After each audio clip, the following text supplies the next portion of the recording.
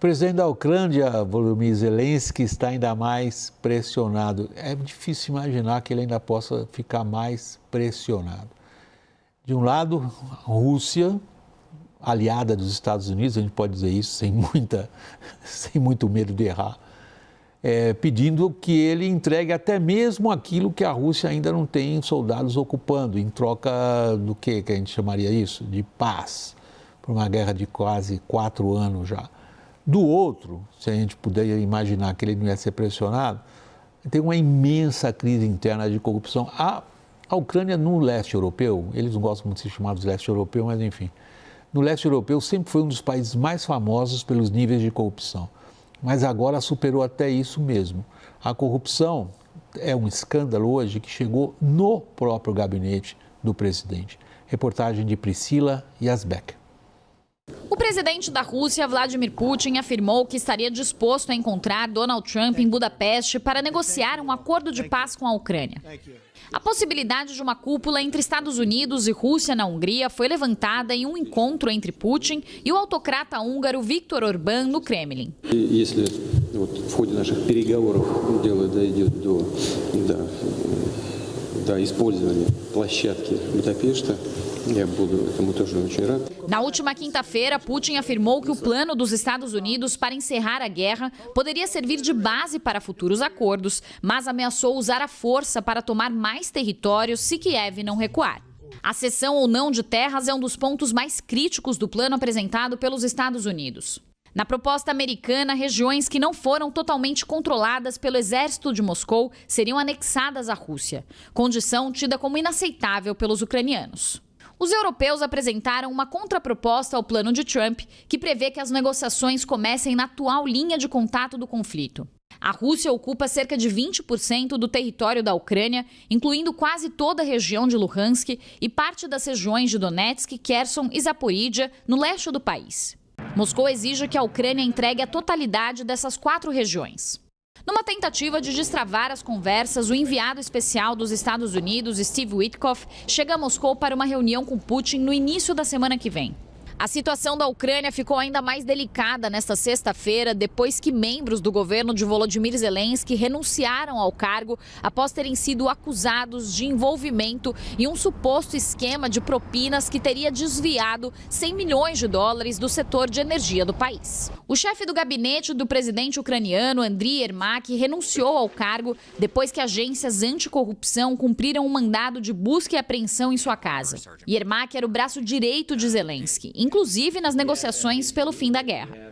Além de Yermak, o caso derrubou 2 ministros e gerou ameaças de um voto de não confiança no parlamento, o que mudaria toda a equipe presidencial. Ao anunciar a renúncia do aliado, Zelensky tentou afastar as críticas e focou no futuro indefinido da Ucrânia na guerra. Наша робота триває. Наша боротьба триває. Не маємо права не дотиснути. Не маємо права відступити чи розсваритись. Втратимо єдність. Ризикуємо втратити все. Себе, Україну, своє майбутнє. A gente não pode negar, Alessandro, a capacidade de comunicação do Zelensky. Principalmente se a gente coloca como esse personagem se projetava antes da invasão, lá de fevereiro de 2022, né? 4 anos já. E como a gente nota a estatura que ele ganhou, particularmente no começo. Era um humorista de segunda linha, que consegue, no meio daquela situação, crescer do ponto de vista da estatura política e projetar uma capacidade de mobilização, de liderança, se pode dizer, até ali insuspeitada. Quanto que ele perdeu disso? Ou isso, como se diz em bom espanhol, se fue? Eu acho que hoje ele sentiu um pesado golpe com a perda do Andriy Yermak, porque o Andriy Yermak talvez fosse a principal figura dentro do governo e que inclusive pressionava várias outras figuras importantes do governo, como o próprio comandante-em-chefe das Forças Armadas, o general Sirski, o próprio general da inteligência militar, o Kirilo Budanov, que foi com Yermak para as negociações no outro final de semana em Genebra com os americanos. Então, realmente um grande golpe para Zelensky nesse sentido, e numa semana onde ele tem sofrido pesados golpes. A gente tem a publicação de alguns materiais para quem acompanha em loco o conflito, no qual este é o primeiro ano no qual a Ucrânia perdeu mais equipamento militar do que a Rússia nesse conflito. Então, sem dúvida, não é talvez a melhor semana da vida dele. Então, o poder, por mais que ele tenha esse poder comunicacional, por mais que ele tenha feito uma série de repetidos comunicados nessa mesma estética, na praça à noite, dizendo que a crise de corrupção seria resolvida, o fato é de que chegou a sua principal figura dentro do governo, seu principal operador, e o fragiliza em um momento muito terrível e no qual os Estados Unidos parecem, até aparece essa informação agora à noite, de que os Estados Unidos, inclusive, estariam pensando em reconhecer, declarar de maneira unilateral o reconhecimento dessas áreas ocupadas pelos russos como território russo. Se isso foi praticamente um golpe de morte na causa do Zelensky e da própria relação Estados Unidos-Europa em relação a esse conflito. Nós vamos pegar isso também, Sandro, o papel dos Estados Unidos e de Trump nas relações entre Estados Unidos e Rússia e as suas consequências. Mas queria primeiro ouvir você, Lorival, sobre essa figura histórica, a figura do Zelensky. Sempre houve, em casos de conflitos de grande magnitude como esse, um peso talvez até um pouco mais acentuado do indivíduo nos acontecimentos. O que a gente pode falar do Zelensky nesse momento? Que ele atingiu o que ele poderia ter atingido e ele está num acelerado ocaso? Bem, o Zelensky, ele cresceu muito, né? Ele partiu de um lugar em que ele tinha uma forte intimidade com o meio televisão, ele trabalhava com televisão, ele teve de aprender ucraniano rapidamente, né? Ele não é a língua natal dele, e ele teve de aprender a fazer política, não aprendeu totalmente, né? Ele manteve uma certa informalidade, uma certa, às vezes, alguns improvisos, alguns momentos de ironia e tal, que não deram muito certo, às vezes uma certa impetuosidade também. Mas eu acho que a guerra forja o caráter das pessoas também, né? Às vezes a guerra leva à loucura, às vezes a guerra expõe as fragilidades, mas às vezes, quando as condições estão dadas, a guerra leva a um amadurecimento precoce, como é o caso do Zelensky, que é um homem jovem, né? Acho que as vicissitudes que ele enfrenta não se devem ao caráter dele ou ao perfil dele, pelo contrário, mas às condições da Ucrânia, que, como você colocou muito bem, é um país onde a corrupção é endêmica, né? Eu, recentemente, um relato de uma pessoa que voltava da Ucrânia e que é ucraniana, me contou de, por exemplo, uma psiquiatra que anda numa Ferrari, isso na região oeste da Ucrânia, e essa riqueza toda vem da venda de laudos para que homens ucranianos não tenham de lutar na guerra, né? Então, isso e desvios que são inaceitáveis, pensando, né, nas mortes de pessoas numa guerra existencial como essa.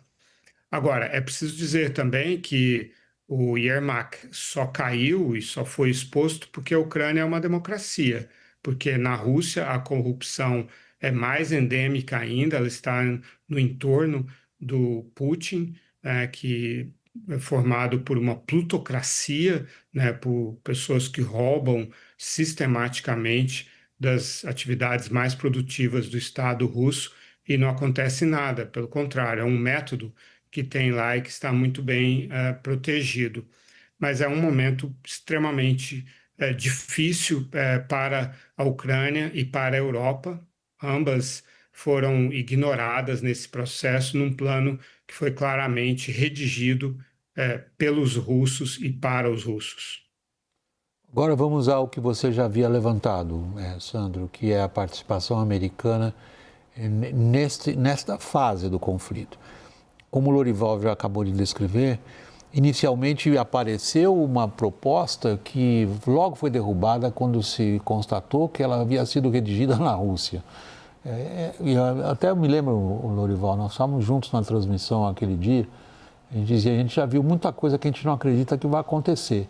Agora, é inédito que uma potência como os Estados Unidos pega um papel ali, o rascunho do outro e fala, peraí, empresta isso aqui para mim, porque eu não sei muito bem o que eu vou fazer. Você consegue entender o que os americanos estão fazendo no momento, Sandro? Olha, William, eu acho que toda a lógica de fevereiro nos Estados Unidos em relação à Ucrânia para cá é derivada do fato de que eles querem se retirar desse conflito, eles não querem permanecer no conflito, eles já conseguiram tirar o apoio material à Ucrânia, isso pesa muito, isso inclusive ajuda a explicar os crescentes avanços russos nesse ano em face dos anos anteriores. A média de ajuda de Europa e Estados Unidos era algo que ficava ali meio que 49 bilhões de um lado, 45, 48 bilhões do outro, se a gente fosse colocar em dólares. Então, nesse cenário, sem uma desses pilares, a Ucrânia fica fragilizada. E é fragilizada de uma maneira muito forte. E volta a aparecer algumas posições de alguns republicanos acreditando que é possível uma concertação com a Rússia em favor de uma nova ordem de potências e um novo diálogo. E aí, nisso, o cordeiro de sacrifício é a Ucrânia. Então, fica muito claro aqui uma disposição de sacrificar a Ucrânia para saciar o apetite russo, e até já apareceu, hoje apareceu que em uma das declarações do Putin, que ele inclusive estaria aceitando o fato de assinar documentos no qual a Rússia se comprometeria a não atacar a Europa. Ora, a gente está falando de uma figura cujo país assinou o Minsk I, Minsk II e ainda documentos anteriores a Putin, e todos esses documentos foram rasgados quando o interesse assim valeu. Bom, sobretudo os dirigentes dos países bálticos têm lançado exatamente o mesmo alerta que você acabou de mencionar agora em relação ao comportamento da Rússia. Se a gente pegar países que conhecem bem a Rússia ao longo de 300 ou 400 anos de história, como Polônia e Alemanha, eles têm uma visão do que Putin diz bastante diferente do que o enviado especial do Trump possa considerar objetivo e factual. Agora, Lorival, digamos, foi torpedeado esse primeiro balão de ensaio. Permanecem os mesmos termos na mesa agora? A gente assistiu nas últimas horas um retorno ao plano inicial russo por parte dos Estados Unidos, e que é aquele plano, então, de o Donbass ser entregue inteiramente para a Rússia, incluindo os 14,5% que são ocupados pela Ucrânia, e Zaporizhia e Kherson ficarem na linha congelada do combate.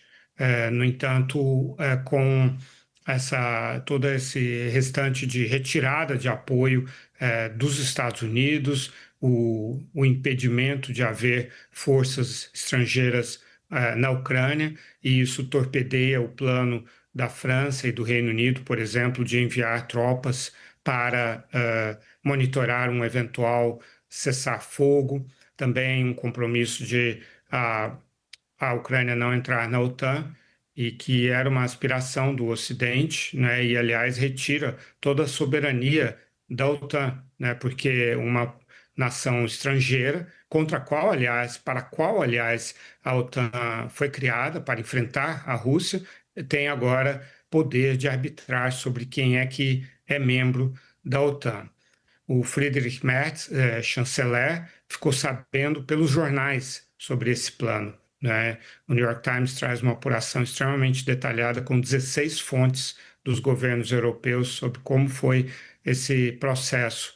E agora a Reuters está informando que, por duas fontes do governo americano, que o secretário de Estado Marco Rubio não vai participar da reunião da OTAN na semana que vem em Bruxelas. Vai mandar o sub dele, Christopher Landau. a gente está assistindo na prática a uma fratura, para não dizer uma dissolução da OTAN. Os Estados Unidos estão tratando a OTAN como se fosse uma organização europeia e estão excluindo a OTAN do arranjo militar que daria segurança para a Ucrânia daqui em diante.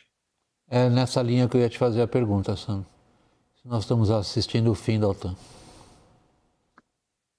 Talvez não o fim da OTAN de uma maneira tão dramática, mas sem dúvida, eu tive o privilégio de estar há mais ou menos um mês com um debate com diversos militares e civis de países da OTAN, debatendo sobre isso, e eu posso dizer claramente que há um cenário de grande desgosto em relação aos Estados Unidos, há um cenário de que, se ocorrer uma crise com a Rússia, e não, nem se falava em conflito, mas uma crise, não havia certeza do apoio americano.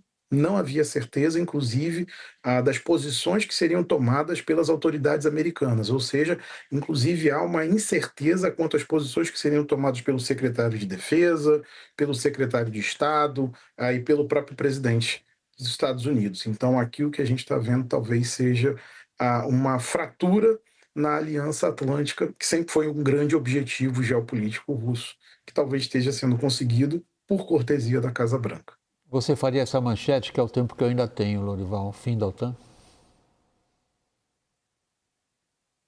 Eu diria que é a OTAN sem o governo americano atual. Se a OTAN é a aliança transatlântica, ela perde um componente essencial, que são os Estados Unidos.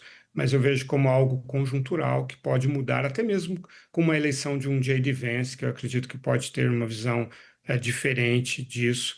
Mas neste momento a OTAN está, digamos, paralisada no seu componente fundamental, que é o componente, o pilar americano, que, aliás, agora, para todos os efeitos, se juntou ao inimigo da OTAN, que é a Rússia.